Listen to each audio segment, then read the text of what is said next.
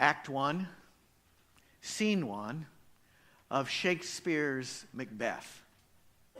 It's late at night. There's a dense fog. Thunder, lightning, rain. 3 witches converge on an abandoned Scottish heath, and the conversation that follows ensues. Where shall we 3 meet again? In thunder, lightning, or in rain? When the hurly-burly's done, when the battle's lost and won, that will e'er be the set of sun. Where the place? Upon the heath, there to meet with Macbeth. At which point the 3 witches hear their spirit masters calling to them. I come, Grey Malkin. Paddock calls. Anon. And then together in unison, the 3 of them say, fair is foul, and foul is fair. Hover through the fog and dirty air. And then they disappear. When I first read these words years ago for my college English lit class, I was surprised at the power of the poetry and how it affected me, but didn't completely understand why I was so affected until I got to my English lit class and the professor explained to us that all great literature contains universal themes, by which she meant all great stories speak to us because they're about us. We see ourselves in them. Then she asked us, who do the witches represent in Macbeth? The power of evil at work in the world all around us. We all sense it. And who does Macbeth represent? You and me, and our constant temptation to yield to blind ambition. Now I was starting to see what the story was all about and how it connected to me. No wonder the story was so powerful. It was about me. It's about you, because all great literature has universal themes. And what is true of all great literature is even more true of inspired literature, because when God's Spirit gets involved in shaping the story, it becomes even more powerful and more piercing and more relevant to us. I want to invite us to see today's epic Bible story about Noah and the flood through the eyes of my English lit professor as we ask at a literary level, what do the different elements of this Bible story represent? What are the universal themes embedded in this story? What is it about this story that is so powerful that it has been handed down from generation to generation over the course of millennia to us today? Let's begin with a prayer. Holy Spirit,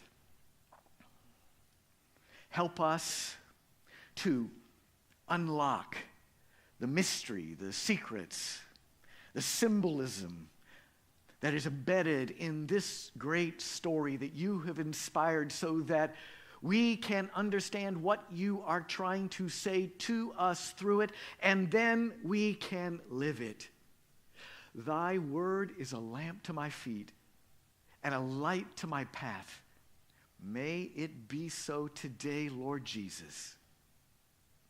In your name we pray. Amen. The story of Noah and the flood raises difficult theological questions, such as, would God really condemn every living creature to death, even innocent children and animals, through a cataclysmic flood? Some people would respond to that by saying, yes, that all of humanity had become so corrupted, it was necessary to wipe the slate clean so that life on earth could have a fresh start. Others would respond by saying no, that the notion that God would destroy even innocent children and animals is an old way of seeing God that was updated and corrected by Jesus and the New Testament. But I don't want us today to get stuck in that kind of theological debate. It's an important question. It's an important conversation. There's a time and place for it, but I don't want us to get caught up in that kind of theological quibbling today, because today I want to invite us to focus on the powerful, practical lessons that God wants to teach us through this story. Because as my English lit professor from college would have said, the story of Noah and the flood has a phenomenal narrative arc. By the way, that was meant to be a pun. So keep up with me here, right? Narrative arc. No, actually, there are all kinds of corny church jokes that I could tell you about Noah and the flood today. For example, just a little sampling of what kind of lights did Noah install on the ark? Floodlights, of course. Here's a better one. You didn't like that one. Let me try another one. Here's a better one. Where did Noah keep the honeybees on the ark? In the ark hive, of course. But let's not get stuck there either. So moving right along, I can hear my college English professor as she says to us, "Hey class, let's take this story apart piece by piece and put it back together again so that we're sure we understanding what it's saying." So class, she would start off by saying, what does Noah represent in this story? You know the basic plot line, right?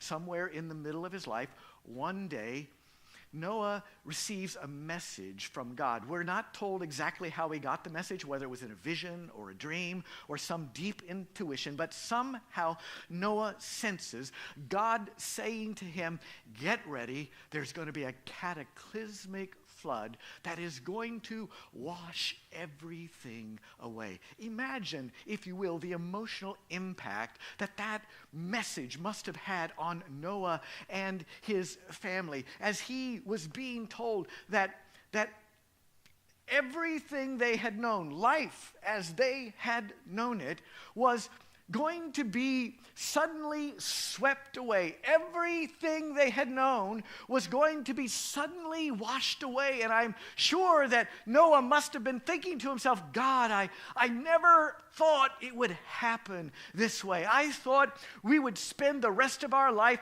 living in this home, in this city, surrounded by these people, raising our flocks and enjoying life.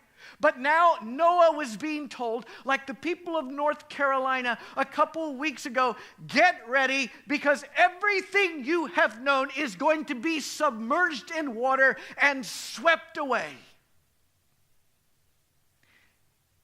And then it happened. It started to rain.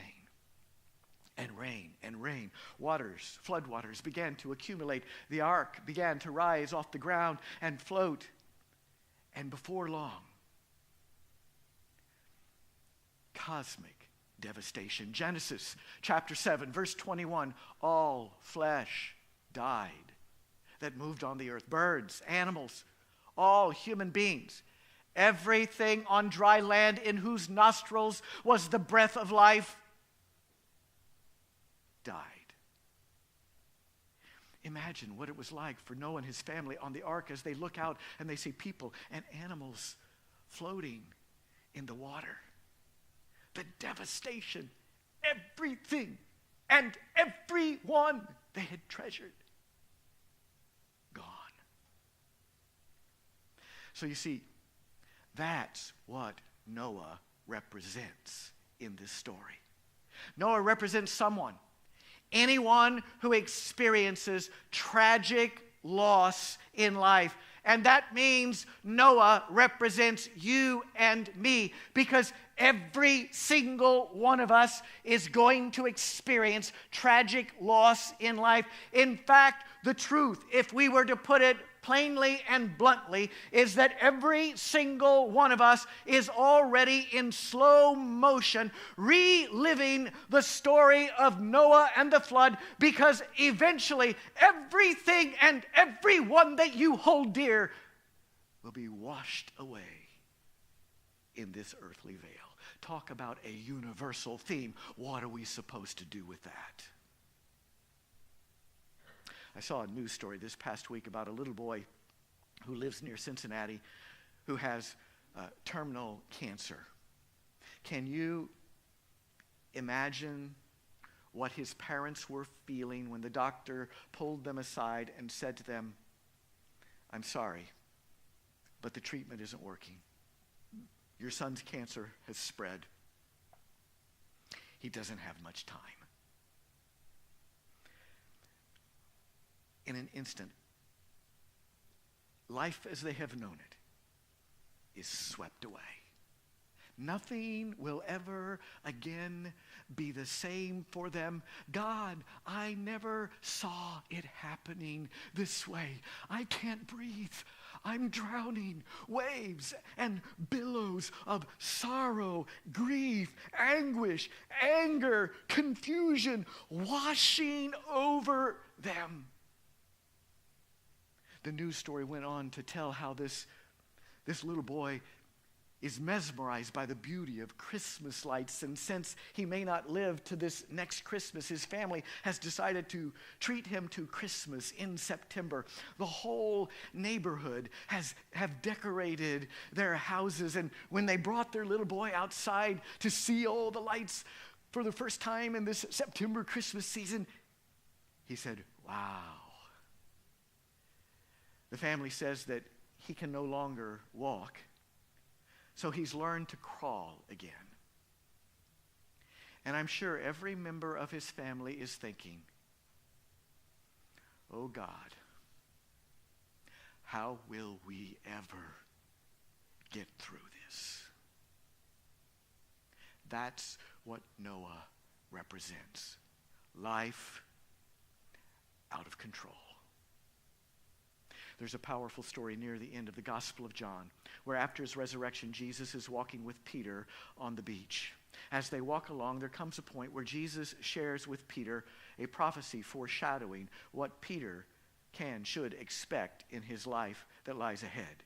This is what Jesus said to Simon Peter, John 21:18. "Very truly I tell you, when you were younger, you used to fasten your own belt and go wherever you wished." We can all relate to that. When we're young, we think we're invincible. We think we've got everything under control. We've got a plan and we're going to execute it. But Jesus said to Simon Peter, when you grow old, you will stretch out your hands and someone else will fasten a belt around you and take you where you do not wish to go.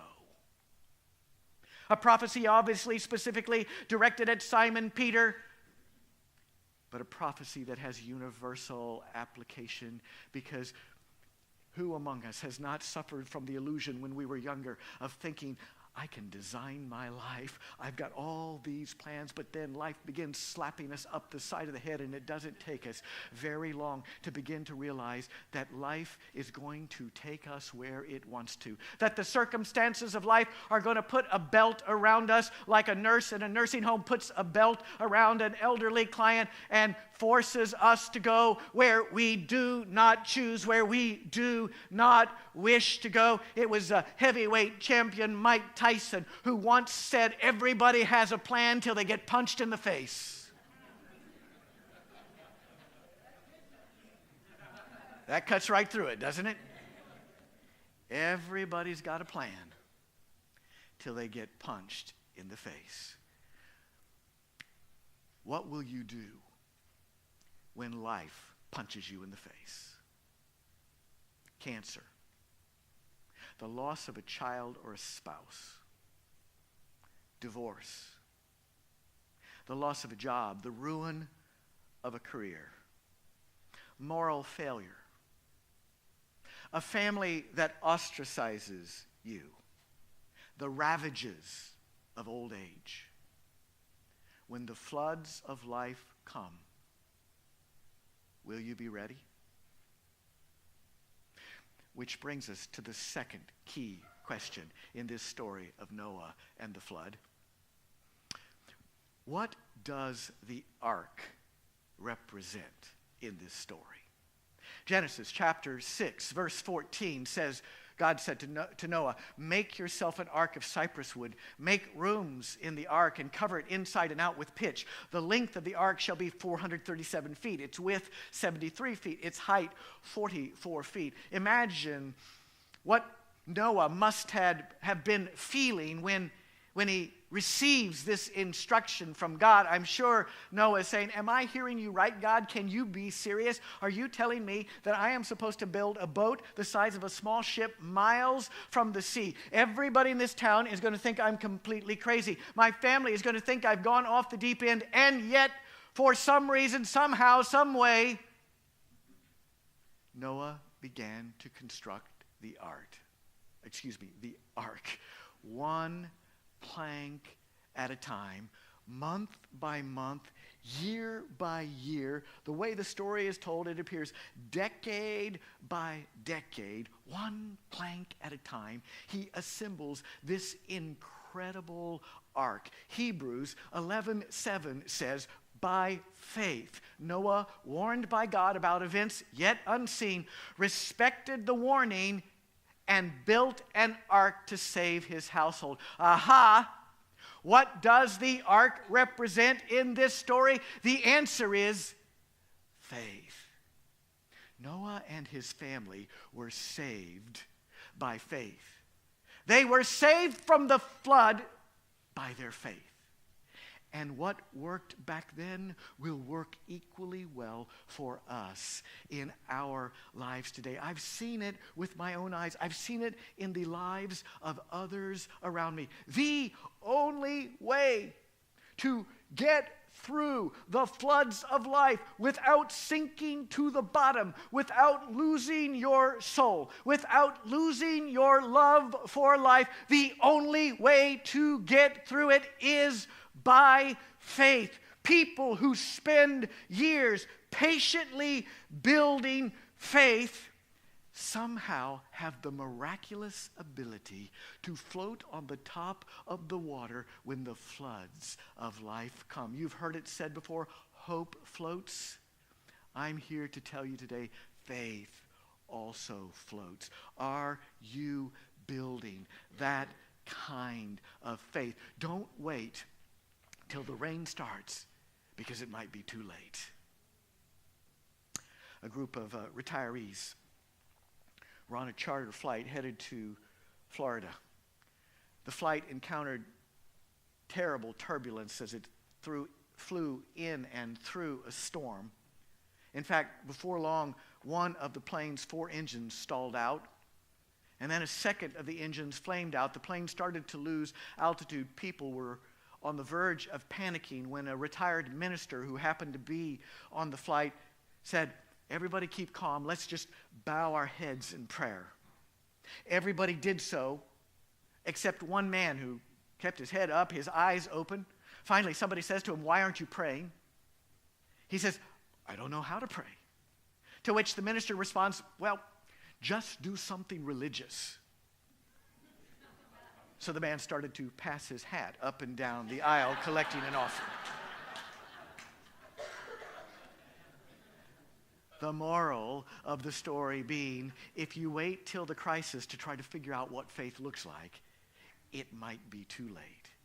Instead, like Noah, we are called to begin making preparation for the floods of life that will inevitably come, to begin plank by plank building the kind of faith that will be so secure that we're able to float in the storms of life. Every worship experience, every sermon, every Bible passage you read, every prayer you pray, every morning meditation you experience, every act of Christ-like kindness, generosity, or faith, every spiritual small group you experience, every worship song you listen to, plank by plank, little by little, piece by piece, we are in the process of building a faith that will be so strong that it can and will withstand the storms of life.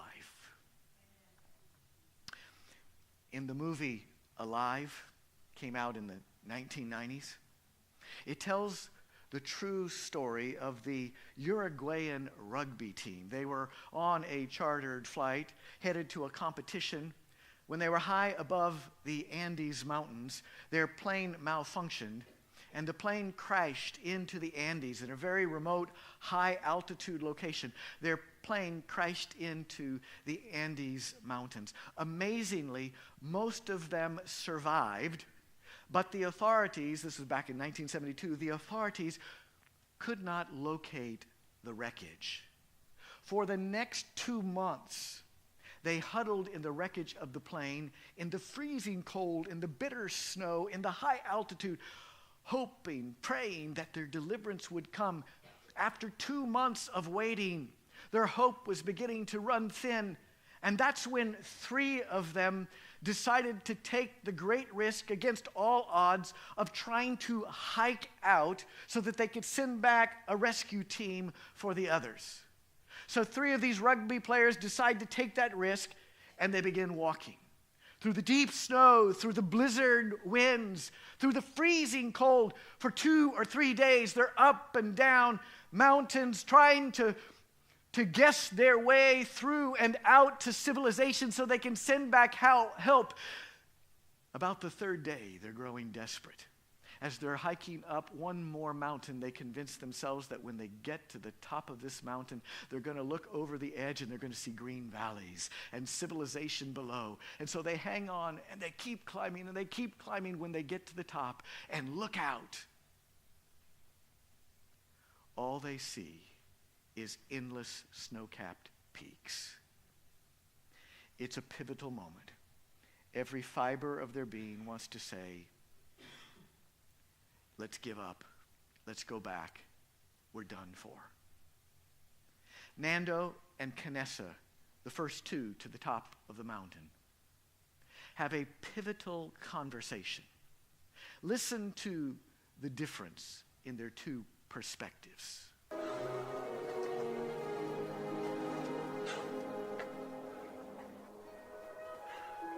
Nanda?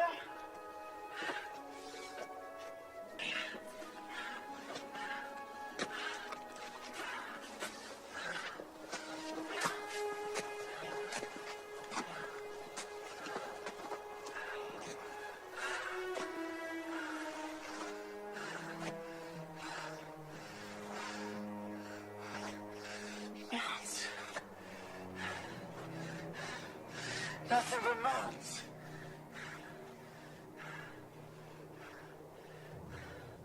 We've had it.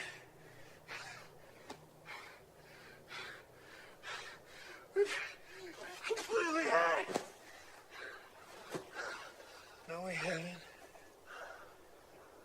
On two of these mountains somewhere, there's a green valley. See these mountains over here? There's no snow on them.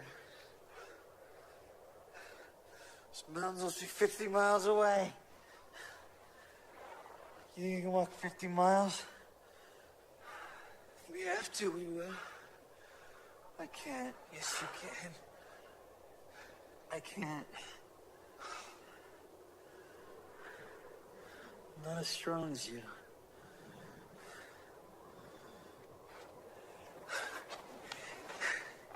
You know what it is that we've lived this long the way we have?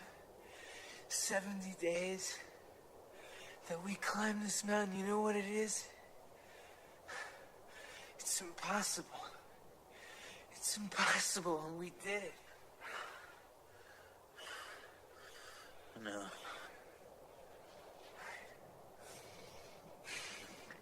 I'm proud to be a man on a day like this. Alive. that I live to see it. And see it in such a place. Take it in. I love you, man. Look. It's magnificent. It's God.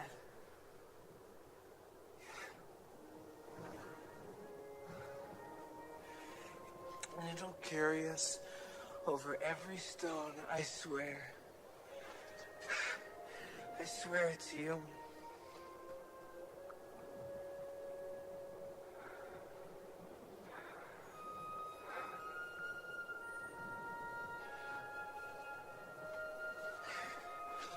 All right. We'll get Tintin. We're gonna send him back down to the plane. We'll take his extra food. You see where the sun's gonna set? That way's west. Into the west of the green valleys of Chile. I'm gonna die now.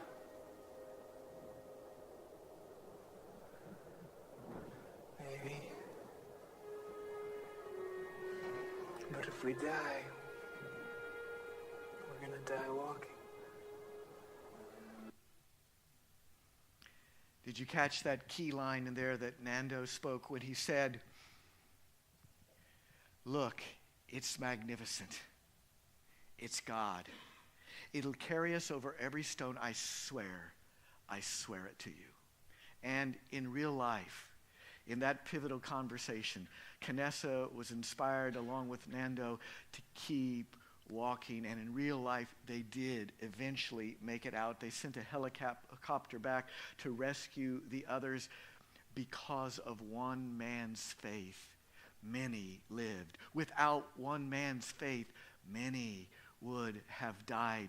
I tell you, faith floats. It's what keeps us from sinking in the storms of life. I've seen it with my own eyes. I've witnessed it in the life of my grandmother. It was faith that kept her alive and kept her going when her husband abandoned her. It was faith that kept her going, that kept her alive when she was raising 5 kids as a single mother in the middle of the Great Depression. It was her faith that allowed her, as an elderly person struggling with cancer, to walk through the valley of the shadow of death with serenity. I saw it with my own eyes.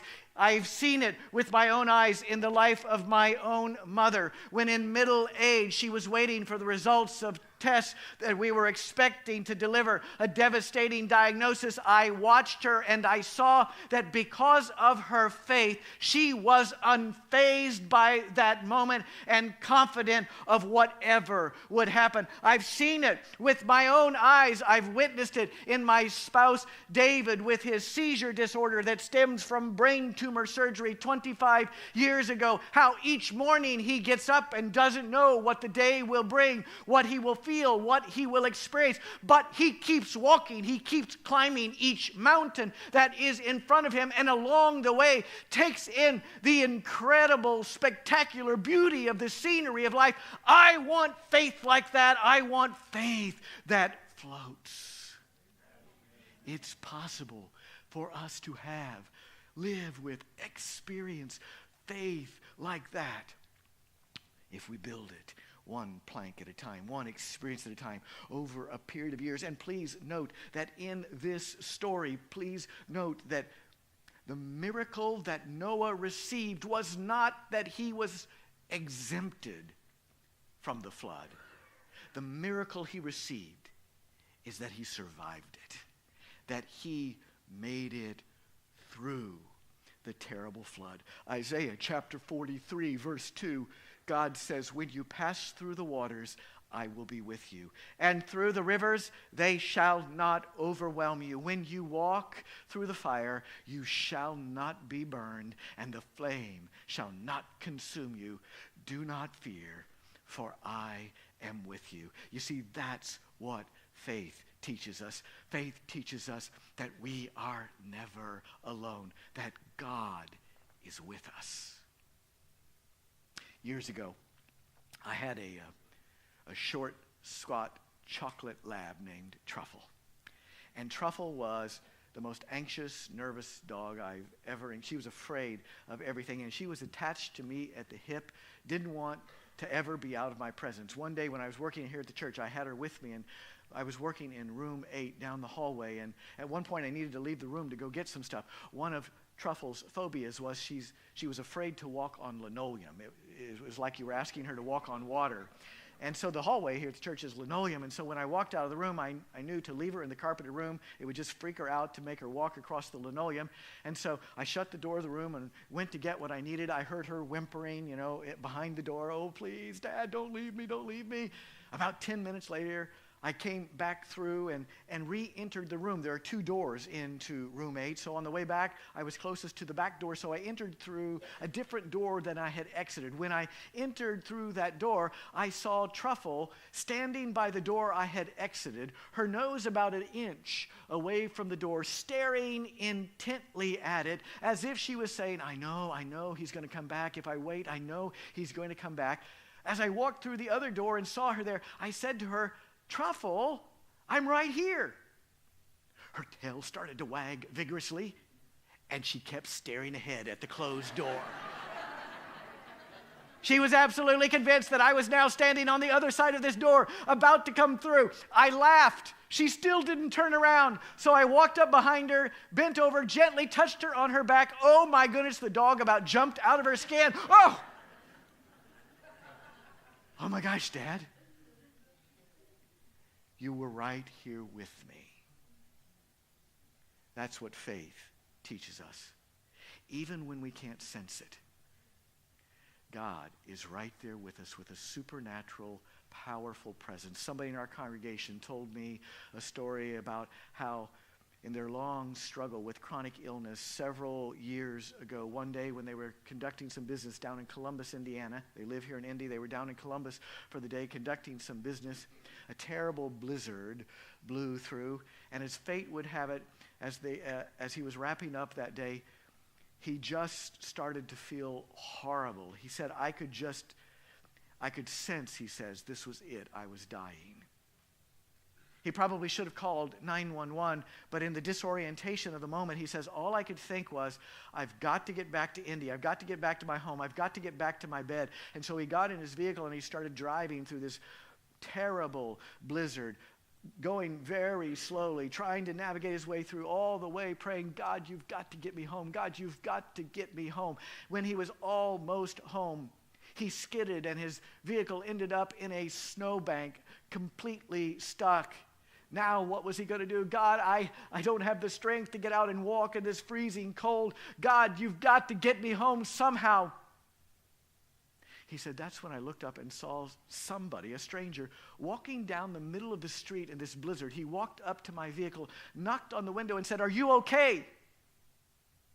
No, he said, I've got to get home. Without saying another word, the stranger walked around to the back of the vehicle. He told me I was getting nervous. What's he going to do? Is he going to pull a gun or something? The stranger waded into the snowdrift, rested his hands gently on the back of the vehicle, and then said, go! He said, I hit the gas, and I wasn't stuck anymore. As I drove off, he said, I turned to look back. And Jeff, he said, he wasn't there. There was nobody there.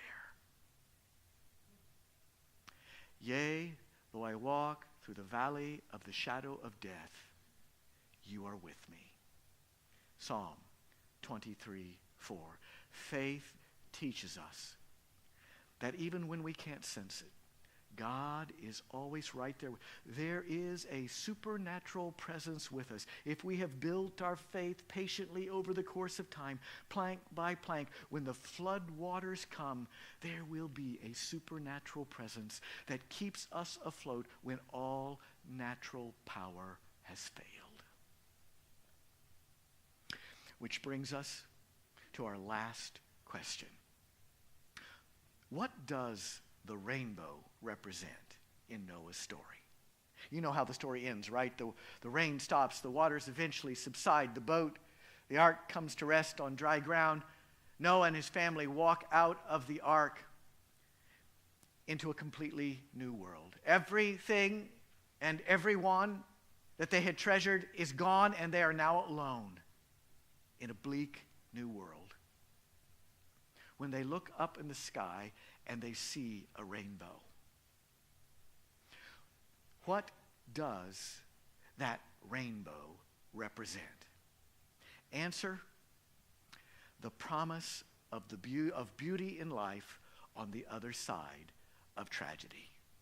My point is not to minimize the great suffering that Noah and his family experienced, or that we experience when we walk through the tragedies of life. The affliction of cancer, the loss of a child, a sudden stroke that changes our lives forever, the loss of a job or a career. The pain is real. The suffering is great. Noah and his family lost everything and everyone they cared about, and they were now alone. But when they looked up and they saw the rainbow, they knew that meant that God was present with them, and therefore there would be new life, good life, something beautiful waiting for them ahead. And because they believed in that rainbow promise, it gave them the strength to embrace their new post-tragedy life. Let me close with this. A couple weeks ago, if you were here at the early service, we brought forward and said a special prayer for a person in our congregation named Shelley Fitzgerald. Actually, I think it was in this service, wasn't it? The 11 o'clock service. We prayed for Shelley Fitzgerald. A person in our congregation who, if you've been following the local news, you know she has been through it. The basic story is that she graduated from Roncalli Catholic High School, went off to college, came back, became a beloved and revered guidance counselor at Roncalli High School for 15 years. Then early this summer, somebody in a Catholic parish went to the legal records and dug out a copy of her marriage certificate. You see, a couple years ago, she and her spouse, Vic, got married. They've been together for 22 years, but got officially married a couple years ago. And now a parishioner sent a copy of that marriage certificate to the bishop. The bishop passes it along to the principal of the school, the president of the school. They call Shelley in and basically tell her, you can either divorce your wife, or one way or another, your career here at Roncalli is over. Talk about life as you've known it, changing in an instant. Nothing again will ever be the same for Shelley Fitzgerald. But she's been getting through it by the power of her faith. And already there are signs of rainbow promise on the horizon. Did you get the chance to see Shelley's interview on the Ellen DeGeneres show earlier this week? I don't have time to show the whole thing to you today, but I do want to show you the very end of the interview because I found it just so inspiring. You see, the students at Roncalli have been living what they've been taught, which is you don't lay down and play dead, you struggle for justice in this world. And so the students at Roncalli have been standing up for their guidance counselor and challenging their administration. Unbeknownst to Shelley, the Ellen show flew some of those students out to Los Angeles so that they could surprise her on the set of the Ellen show. Watch what happened. How did the students react? Oh, they've been incredible. I mean, it's been, we've taught them in this school. It's a life prep school, and we've taught them you stick up for people and you love people and you do it with kindness. And they have our first football game of the year. They had everybody dressed in rainbow stuff and had signs and I support Miss Fitzgerald. And wow, that's amazing. And they started a GoFundMe page for you, and they sound amazing. Let's meet them. Come on out. Oh. I'm just assuming you're Elijah. Yes, ma'am. And and who are you? Anna. Anna? I'm Raquel. Raquel? Reagan. Maddie. Okay, and you're a football player. I'm the running back. The running back. Okay, so it was your choice. You go out on game day and do what? So before the game, Mom, she ordered a bunch of pride gear, like a she ordered a sweatband and a bandana. And so I thought it'd be cool to show the whole community that I'm an ally and that I support Miss Fitzgerald and everybody else. I know. That's unbelievable. So she's a guidance counselor. So what can you say about this woman that, I mean, we're hearing the story and you can hear the audience is shocked by what's going on. You're shocked by it, but tell me about her. For me, I had quite a few issues last year, and she was always there for me. Her door was always open.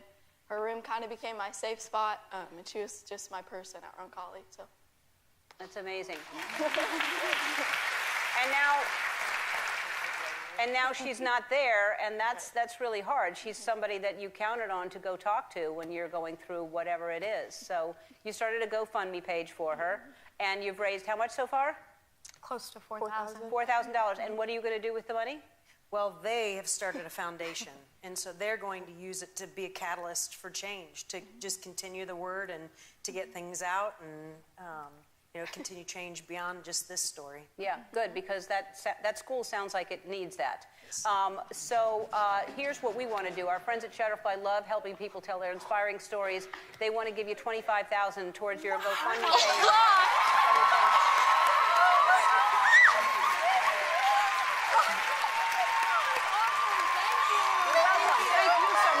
Before we go to break, I should say this. If there is someone, Indianapolis, Indiana, right? If this school does not want to hire her back, which, I mean, you went there to high school, I assume it's important to you.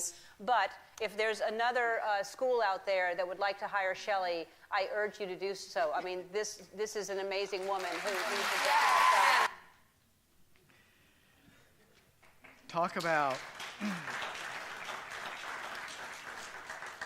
Talk about rainbow promise. In those kids, I see a future of hope. Those kids at Roncalli are going to carry this catalyzing moment with them for the rest of their lives and be courageous prophets for change and progress in this world. Not just that, but think of the trajectory of Shelley's own life. I mean, she's gone through great suffering, but for this great flood, she could have lived out her entire life as a good but obscure guidance counselor, but now life has thrust her into this situation, and she's risen as a courageous prophet, seizing the moment, and now her life has far greater significance than if it had just been easy and everything had continued to coast along. That's how rainbow promise works. You never know exactly how it's going to work. You just know that beyond the broken dreams, beyond the floods of life, there is something good, something beautiful waiting for you, and you embrace that rainbow promise, and it gives you the strength to keep moving forward. So the next time life floods you out, I want you to remember the story of Noah and the flood and dare to relive it in your own way, in your own time. It's the only way to keep our heads above water when the storms of life come.